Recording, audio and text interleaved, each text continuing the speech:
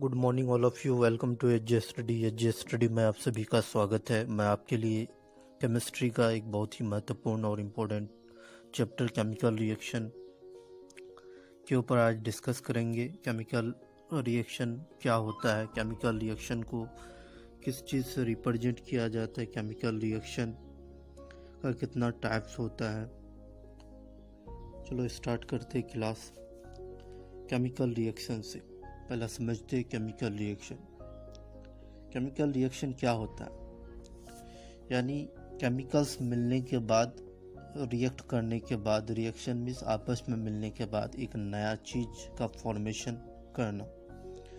यानी ऐसे हम लोग समझ सकते हैं केमिकल रिएक्शन एक ऐसा प्रोसेस है जिसमें एक ही तरह के एटम्स या डिफरेंट टाइप्स के एलिमेंट या कंपाउंड आपस में अरेंज होने के बाद एक नया सबस्टांस का फॉर्मेशन करता है। एक नया सबस्टांस या एक नया चीज़ का फॉर्मेशन करता है, उसे हम केमिकल रिएक्शन कहते हैं।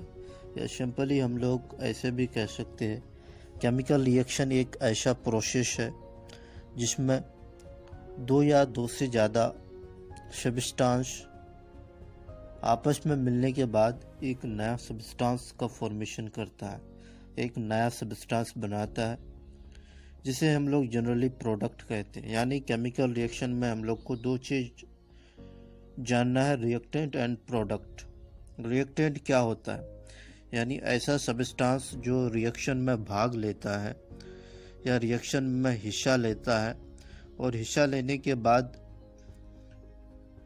यानी कैटलिस्ट के प्रेजेंस में या कैटलिस्ट नहीं भी दो तो देने के बाद एक नया सबस्टांस का फॉर्मेशन करता है, एक नया सबस्टांस बनाता है रिएक्शन के बाद, और उस सबस्टांस को हम लोग प्रोडक्ट कहते हैं।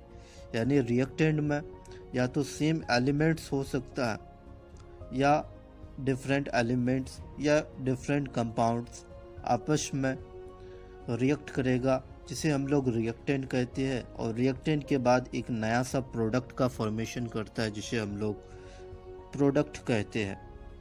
यानी केमिकल रिएक्शन में जो भाग लेता है उसे रिएक्टेंट कहते हैं, और उसके बाद जो नया सबस्टांस का फॉर्मेशन होता है उसे प्रोडक्ट कहते हैं, in the presence of catalyst और एब्सेंस ऑफ कैटलिस्ट।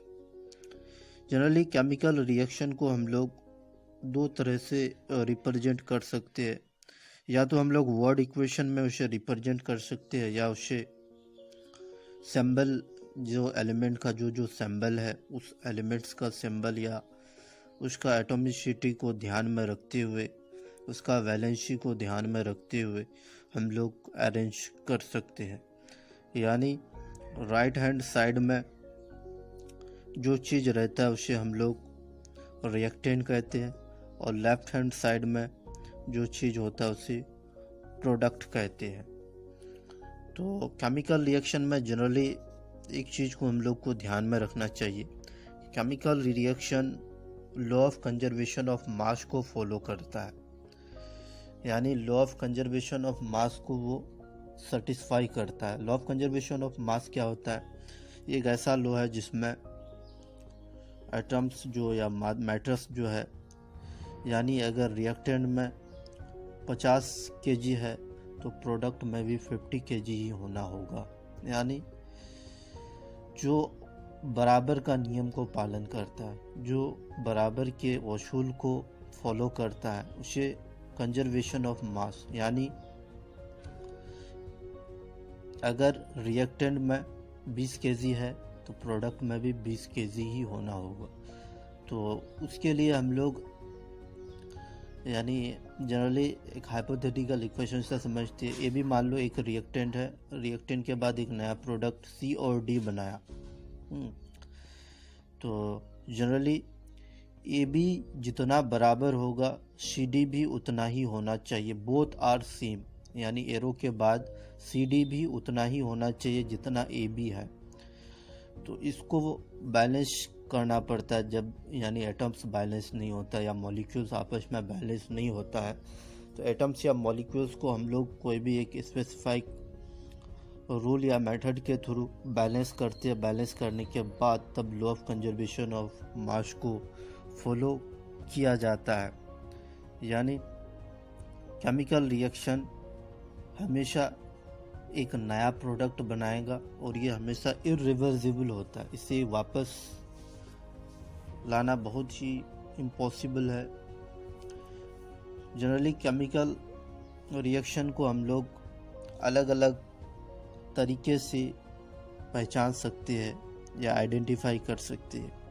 सबसे पहला चेंज इन कलर या change in state, evolution of gas या चेंज इन टेम्परेचर। यह सारे आइडेंटिफिकेशन है केमिकल रिएक्शन को आइडेंटिफाई करने के लिए।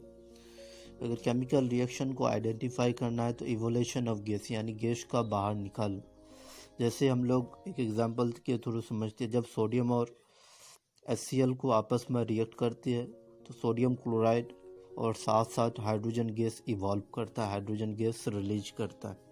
तो जो गैस रिलीज इवॉल्व करेगा उसे हम लोग एरो की मदद से रिप्रेजेंट करते हैं। Change in colour, change in colour को हम लोग समझते हैं यानी एक रिएक्शन लेते हैं, जैसे जिंक लेते हैं, जिंक को हाइड्रोक्लोरिक एसिड के साथ रिएक्ट करेंगे तो रिएक्शन के बाद जिंक क्लोराइड ZnCl2 और साथ साथ हाइड्रोजन गैस रिलीज करेगा। यानी जिंक का कलर अलग होता है, हाइड्रोक्लोरिक एसिड का कलर अलग होता है। तो यहाँ चेंज इन कलर हो रहा है। जैसे मैग्नीशियम को हाइड्रोक्लोरिक एसिड में रिएक्ट करवाएंगे तो मैग्नीशियम क्लोराइड और साथ साथ हाइड्रोजन गैस रिलीज होगा। मैग्नीशियम का कलर जनरली वाइट कर देते हैं जब जलता है ऑक्सीजन के प्रेजेंस में। तो यानी यहाँ चेंज इन कलर होता है। जैसे मैग्नीशियम और ऑक्सीजन को आपस में रिएक्ट करते हैं तो मैग्नीशियम ऑक्साइड का फॉर्मेशन होता है। मैग्नीशियम को शार्प किया जाता है। असल में मैग्नीशियम यानी उसको जलाने से पहले उसको साफ किया जाता है, तब जाकर के वो ऑक्सीजन के साथ मिलता है। मिलने के बाद नया प्रोडक्ट का फॉर्मेशन करता है जिसे मैग्नीशियम ऑक्साइड कहते हैं, जो असल मैग्नीशियम से ज़्यादा वजन का होता है। क्योंकि उसमें ऑक्सीजन गैस ऐड हो जाता है और वो वाइट प्रेसिपिटेट बन जाता है बाद में। जैसे हम लोग चेंज इन कलर और एक एग्जांपल को समझते हैं, कॉपर सल्फेट और हाइड्रोजन सल्फाइड आपस में रिएक्शन के बाद हाइड्रोक्लोरिक एसिड और साथ साथ कॉपर सल्फाइड का फॉर्मेशन करता है। यानी कॉपर सल्फेट का कलर ब्लू होता है और H2S गैस एक गैस है।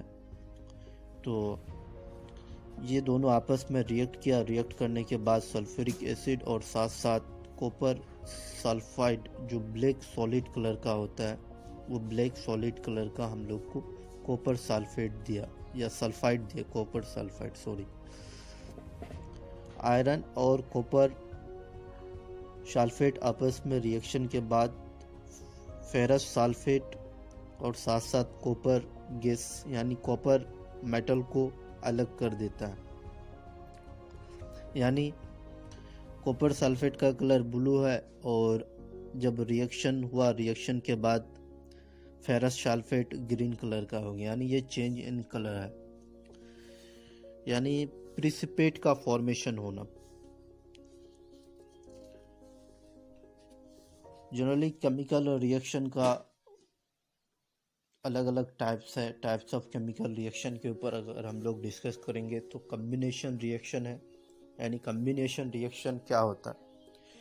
कम्बिनेशन रिएक्शन उस रिएक्शन को बोलती है जब दो या दो से ज़्यादा रिएक्टेंट आपस में रिएक्ट करता है। रिएक्ट करने के बाद एक सिंगल प्रोडक्ट बनाता है। जैसे एक हाइपोथेटिकल एग्जांपल समझते, ये भी एक रिएक्टेंट यानी कुछ सब्सटेंस है, कुछ एटम्स है, आपस में रिएक्ट किया। रिएक्ट करने के बाद ये भी एक नया प्रोडक्ट का फॉर्मेशन किया जो सिंगल प्रोडक्ट का फॉर्मेशन करे, उसे कम्बिनेशन रिएक्शन कहते हैं। यानी कंबाइन, जब दो या दो से ज़्यादा रिएक्ट या मॉलिक्यूल या कंपाउंड्स आपस में रिएक्ट करता है। रिएक्ट करने के बाद एक सिंगल प्रोडक्ट का फॉर्मेशन करता है, उसे कम्बिनेशन रिएक्शन कहते हैं। जैसे एक एग्जांपल, क्विक लाइम CO को आपस में रिएक्ट करवाएंगे वाटर के साथ, तो सिलिकेट लाइम या CaOH Hol2 फॉर्मेशन करेगा और साथ साथ हीट रिलीज करेगा। उसी तरह से सल्फर को ऑक्सीजन के प्रेजेंस में रिएक्ट करवाएंगे तो सल्फर डाइऑक्साइड बनाएगा। जैसे हाइड्रोजन को ऑक्सीजन के साथ रिएक्ट करेंगे H2O बनाएगा, मैग्नीशियम को ऑक्सीजन के साथ रिएक्ट करेंगे मैग्नीशियम ऑक्साइड बनाएगा, अमोनिया को हाइड्रोजन को यानी हाइड्रोक्लोरिक एसिड के साथ रिएक्ट करेंगे तो अमोनियम क्लोराइड बनाएगा। ये सारे एग्जाम्पल है कम्बिनेशन रिएक्शन के। उसी तरह से दूसरे टाइप्स के रिएक्शन डिकम्पोजिशन रिएक्शन, यानी डिकम्पोजिशन रिएक्शन किस रिएक्शन को कहते हैं, यानी ऐसा रिएक्शन जिसमें एक रिएक्टेंट, सिंगल रिएक्टेंट या एक कंपाउंड टूट करके दो अलग अलग प्रोडक्ट जो बनाएगा वो दो अलग अलग प्रोडक्ट बनाएगा या दो से ज़्यादा प्रोडक्ट बनाएगा, उसे हम लोग डिकम्पोजिशन रिएक्शन, यानी एक कंपाउंड या मॉलिक्यूल आपस में रिएक्ट करने के बाद बहुत सारे अलग अलग प्रोडक्ट बनाए, उसे डिकम्पोजिशन रिएक्शन कहते हैं, जिसमें एनर्जी रिलीज होता है या इसे एनर्जी को एब्जॉर्ब करता है। एंडोथर्मिक रिएक्शन भी कहते हैं हमेशा। जैसे एक एग्जांपल से समझते हैं, लाइमस्टोन CaCO3 को जब हम लोग हीट करते हैं, हीट करने के बाद ये CaO और साथ साथ कार्बन डाइऑक्साइड गैस का फॉर्मेशन करता है। CO यानी क्विक लाइम जो सॉलिड और कार्बन डाइऑक्साइड गैस का फॉर्मेशन करता है। उसी तरह से हम लोग AgCl यानी सिल्वर क्लोराइड को सनलाइट के प्रेजेंस में या हीट डालेंगे तो वो दो अलग अलग प्रोडक्ट का फॉर्मेशन करेगा, सिल्वर को अलग करेगा और साथ साथ क्लोरीन गैस को अलग करेगा। यानी ये था डिकम्पोजिशन रिएक्शन, यानी एक सिंगल रिएक्टेंट आपस में रिएक्शन के बाद दो या दो से ज़्यादा नया प्रोडक्ट का फॉर्मेशन करे, उसे डिकम्पोजिशन रिएक्शन कहते हैं।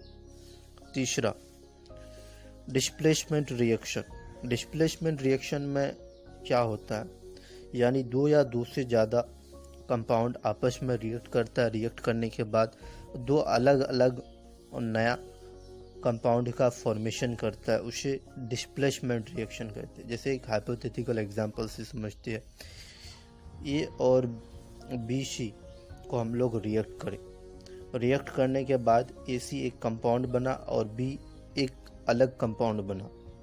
जैसे एक एग्जांपल से समझ लो, आयरन को जब कॉपर सल्फेट यानी Fe+CuSO4 जो ब्लू कलर का होता है रिएक्ट किए तो FeSO4 के साथ रिएक्ट हुआ, रिएक्ट करने के बाद फेरिक सल्फेट बना और साथ साथ कॉपर सल्फेट बनाया, फेरस सल्फेट और कॉपर बनाया, कॉपर को अलग किया। तो इसको हम लोग रिएक्टिविटी सीरीज के मदद से समझेंगे। रिएक्टिविटी सीरीज में सबसे पहला जो मेटल है वो पोटासियम है, उसके बाद सोडियम है, उसके बाद कैल्शियम है। जैसे एक ट्रिक से केदारनाथ का माली आलू जरा फीका पकाता है, तो ये हम लोग डिस्प्लेसमेंट रिएक्शन को जनरली रिएक्टिविटी सीरीज की मदद से ही समझ सकते हैं। तो जो एलिमेंट ज़्यादा रिएक्ट होगा वो रिएक्ट करने के बाद अलग हो जाएगा और उस अलग एलिमेंट्स को सेपरेट करेंगे। तो ये डिस्प्लेसमेंट रिएक्शन था जो रिएक्टिविटी सीरीज के ऊपर डिपेंडेंट है। जैसे एक एग्जांपल और ले लेते हैं, जिंक को जब कॉपर सल्फेट के साथ रिएक्ट करते हैं तो जिंक सल्फेट और कॉपर को अलग करता है। तो हम लोग को रिएक्टिविटी सीरीज पहला देखना है, यानी केदारनाथ का माली आलू जरा फीका पकाता है, हाई कोर्ट है आपका। तो केदारनाथ का माली आलू जरा जेडियन SO4 के साथ रिएक्ट किया क्योंकि वो रिएक्टिविटी सीरीज में सबसे पहला है और कॉपर रिएक्टिविटी सीरीज में बाद में है, जिंक के बाद है। इसी वजह से जिंक सल्फेट का फॉर्मेशन हुआ और साथ साथ कॉपर अलग किया। उसी तरह से Fe को जब H2SO4 के साथ रिएक्ट किए तो FeSO4 और H2 गैस को रिलीज किया। तो यानी ये generally displacement reaction reactivity series के ऊपर डिपेंडेंट है। चौथा reaction double displacement reaction. Double displacement reaction में क्या होता है, जैसे हम लोग हाइपोथेटिकल एक एग्जांपल से समझते हैं। ए बी एक कंपाउंड है और सी डी एक कंपाउंड है। दोनों आपस में रिएक्ट किया। रिएक्ट करने के बाद ए सी एक कंपाउंड बनाया और बी डी एक कंपाउंड बनाया। यानी इसमें इंटरचेंज हुआ, डबल डिस्प्लेसमेंट हुआ। ये इसके साथ डिस्प्लेस किया, ये इसके साथ डिस्प्लेस्ड किया। यानी ए सी अलग हो गया, उसके बाद बी डी अलग हो गया। ए बी और सी डी को जब हम लोग रिएक्ट किए तो ए सी और बी डी का फॉर्मेशन हुआ। जैसे एक एग्जांपल से समझते हैं, यानी Na2SO4 को जब BaCl2 के साथ रिएक्ट किए तो BaSO4 बनाया और साथ साथ NaCl का फॉर्मेशन किया। तो BaSO4 वाइट प्रिसिपेट जो इंसॉल्युबल और NaCl एक एक्वस फॉर्मेशन हुआ। उसी तरह से AgNO3 को जब NaCl के साथ रिएक्ट किए तो AgCl और साथ साथ NaNO3 का फॉर्मेशन हुआ। तो डबल डिस्प्लेसमेंट रिएक्शन में हम लोग जनरली ये देखेंगे कि Ag और Cl इसमें नेगेटिव और पॉजिटिव चार्ज को देखते हुए, कैटायन और एनायन को देखते हुए हम लोग को फॉर्मेशन करना है। उसी तरह से ऑक्सीडेशन रिएक्शन। ऑक्सीडेशन रिएक्शन क्या होता है, जिसमें ऑक्सीजन को गेन करता है और हाइड्रोजन गैस को लॉस करता है, उसे ऑक्सीडेशन रिएक्शन कहते हैं। जैसे Cu और O2 को रिएक्ट करवाए हीट के प्रेजेंस में तो CuO का फॉर्मेशन हुआ, जो ब्लैक कॉटन CuO है। उसी तरह से Zn और O2 को रिएक्ट किए तो ZnO का फॉर्मेशन हुआ। उसी तरह से HCl को जब हम रिएक्ट किए तो रिएक्ट करने के बाद वो H2 प्लस Cl2 का फॉर्मेशन हुआ। यानी H2 को रिलीज किया और Cl2 का फॉर्मेशन हुआ। इसी तरह से H2S प्लस Cl2 जब रिएक्ट किए तो HCl प्लस सल्फर को अलग किया। यानी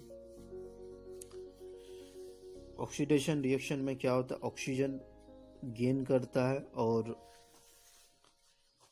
हाइड्रोजन लॉस करता है। यानी gain of oxygen is called oxidation और loss of hydrogen is called reduction. यानी इसमें हाइड्रोजन का लॉस होगा, उसे ऑक्सीडेशन रिएक्शन कहते हैं। एक ट्रिक से समझते हैं, loser LOSER, loss of electron या loss of electron is called, यानी सिंपली हम लोग ऐसे बोल सकते हैं, loss of electron is called oxidation, gain of electron is called reduction. Reduction क्या होता है, रिडक्शन जिसमें हाइड्रोजन गैस गेन करता है और ऑक्सीजन गैस को लॉस करता है। जैसे एक एग्जांपल से समझते हैं, कॉपर और हाइड्रोजन को आपस में रिएक्ट किए तो हाइड्रोजन गैस यानी ऑक्सीजन के साथ मिलकर के वाटर का फॉर्मेशन किया और साथ साथ कॉपर को अलग किया। उसी तरह से हाइड्रोजन और क्लोरीन को जब आपस में रिएक्ट किए H2 प्लस Cl2 को तो HCl का फॉर्मेशन हुआ, यानी गेन ऑफ हाइड्रोजन हुआ यहाँ। तो Cu प्लस H2O में ऑक्सीजन लॉस हुआ, ऑक्सीजन लॉस होकर के H2O बनाया प्लस Cu का फॉर्मेशन किया। ऑक्सीडेशन और रिडक्शन को आपस में मिलाकर हम लोग रिडॉक्स रिएक्शन कहते हैं। यानी व्हेन ऑक्सीडेशन और reduction reaction are occur simultaneously is called redox reaction. Red ox यानी दो वर्ड से मिलकर बना हुआ है, रिडक्शन प्लस ऑक्सीडेशन। और इसमें दोनों आपस में साइमल्टेनियसली अकर होता है। जैसे H2S प्लस Cl2 आपस में रिएक्ट किए तो HCl का फॉर्मेशन हुआ और साथ साथ सल्फर गैस रिलीज हुआ। तो रिडक्शन हुआ यानी गेन ऑफ यहाँ हाइड्रोजन हुआ और लॉस ऑफ हाइड्रोजन ऑक्सीडेशन कहते हैं हम लोग। जैसे H2S में H2 अलग हो गया और S अलग हुआ तो यहाँ ऑक्सीडेशन हुआ। उसी तरह से Cl2 में हाइड्रोजन आपस में ऐड हुआ तो वो रिडक्शन हुआ। जैसे CuO प्लस H2 CuO और H2 को आपस में रिएक्ट किए तो Cu अलग हो गया और साथ साथ H2O बनाया तो गेन ऑफ ऑक्सीजन हुआ यहाँ। जैसे H2 ऑक्सीजन के साथ रिएक्ट करके H2O का फॉर्मेशन हुआ, उसे गेन ऑफ ऑक्सीजन, तो उसे हम लोग ऑक्सीडेशन कहेंगे। जैसे CuO तो CuO से वो अलग हो गया तो लॉस ऑफ ऑक्सीजन हुआ तो इसे हम लोग रिडक्शन कहेंगे।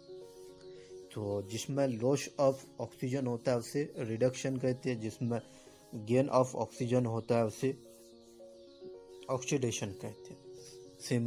सिंपली हम लोग ऐसे ही समझें, यानी जिसमें ऑक्सीजन गेन होता है, जिसमें ऑक्सीजन इजाफा होता है उसे हम लोग ऑक्सीडेशन कहते हैं। जिसमें ऑक्सीजन लॉस होता है उसे रिडक्शन कहते हैं। एग्जाम्पल से समझ लो, जेडीएन को ऑक्सीजन के साथ रिएक्ट किया तो जेडीएनओ का फॉर्मेशन हुआ। उसी तरह से और एक एग्जाम्पल से समझ लो, CuO और H2O CuO को रिएक्ट किए तो Cu अलग हुआ और ऑक्सीजन गैस का वहाँ लॉस हुआ। यानी CuO प्लस H2O आपस में रिएक्ट किए तो H2 प्लस Cu का फॉर्मेशन हुआ। Cu अलग हो गया तो यहाँ लॉस ऑफ ऑक्सीजन हुआ तो इसे रिडक्शन कहेंगे। और ऑक्सीडेशन गेन ऑफ ऑक्सीजन हुआ, जैसे CuO प्लस H2O तो H2O का फॉर्मेशन हुआ, H2O का फॉर्मेशन हुआ। इसी तरह एक एग्जांपल और, PbO को कार्बन के साथ रिएक्ट किए तो Pb अलग हो गया प्लस कार्बन मोनोऑक्साइड का फॉर्मेशन हुआ तो लॉस ऑफ ऑक्सीजन हुआ तो उसे हम लोग रिडक्शन कहेंगे। रिडक्शन के प्रोसेस से Pb बना और Pb से ऑक्सीजन अलग हुआ, कार्बन प्लस ऑक्सीजन आपस में मिलकर के कार्बन मोनोऑक्साइड बना, जिसमें गेन ऑफ ऑक्सीजन हुआ, उसे ऑक्सीडेशन कहेंगे। सिंपली ऐसे समझो कि जिसमें ऑक्सीजन गेन होता है उसे ऑक्सीडेशन कहते हैं और जिसमें ऑक्सीजन लॉस होता है उसे रिडक्शन कहते हैं। हम लोग नेक्स्ट क्लास में how to balance chemical equation के ऊपर डिस्कस करेंगे। केमिकल इक्वेशन को कैसे बैलेंस किया जाता है, इसके ऊपर एक बहुत ही अच्छा वीडियो, जो बहुत ही इफ़ेक्टिव वीडियो होने वाला है, हम लोग लेके आएंगे। Good morning.